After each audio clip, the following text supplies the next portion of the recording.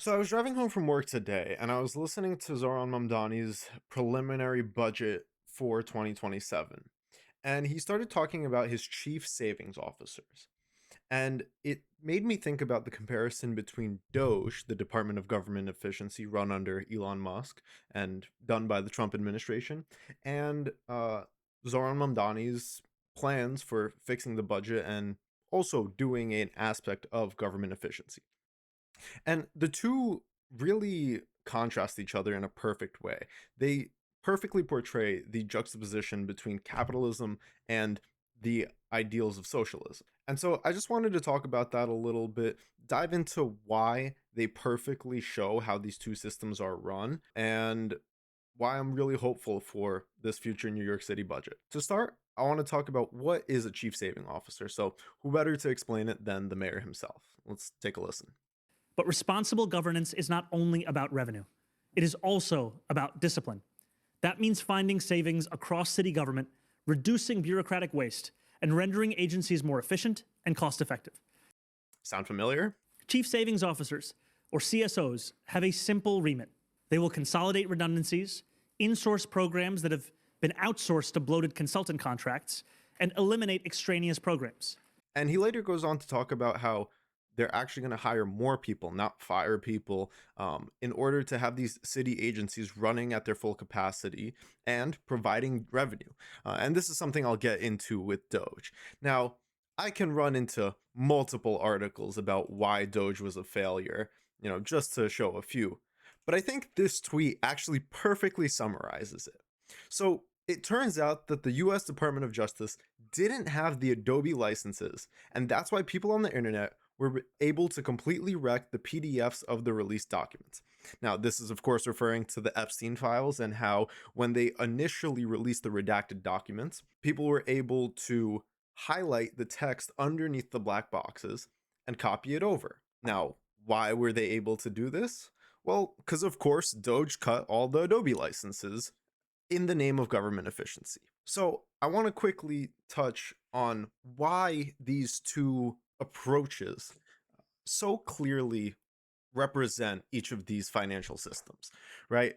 With the Department of Government Efficiency, with DOGE, they came in with this consultant, Elon Musk, this financial mastermind, if you will. And they went and unilaterally cut jobs, cut expenses, cut programs that they thought were wasteful.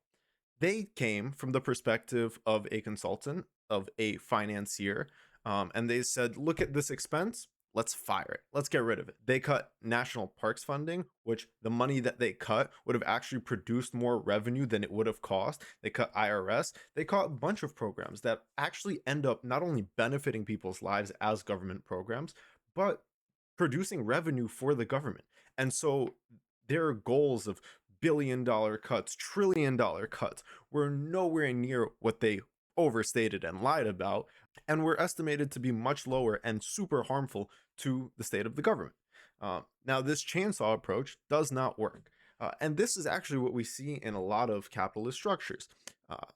Companies will get large enough where they can hire a consulting firm, where they can hire a outside financial officer, and they say, how do we provide more value for the shareholders? And they'll go, use cheaper materials, increase the margins, fire people, and have a very short-term profit motive driven perspective. Now, let's look the other way at Zohran's chief savings officers. We're going to delegate someone in the agency who knows what they're talking about, who understands how these systems function, to find efficiencies, to take the work that was outsourced to consultants and bring it back in. And we're going to create the efficiency from within with the people that work it. If that sounds familiar, that is seizing the means of production.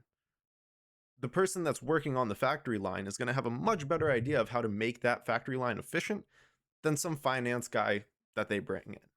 And so that juxtaposition really just shows how these principles clash, right? One's very long-term thinking, one's thinking about how the actual work is done, and one's just like, yeah, increase profit, cut expenses, and we'll fix the deficit. Clearly not.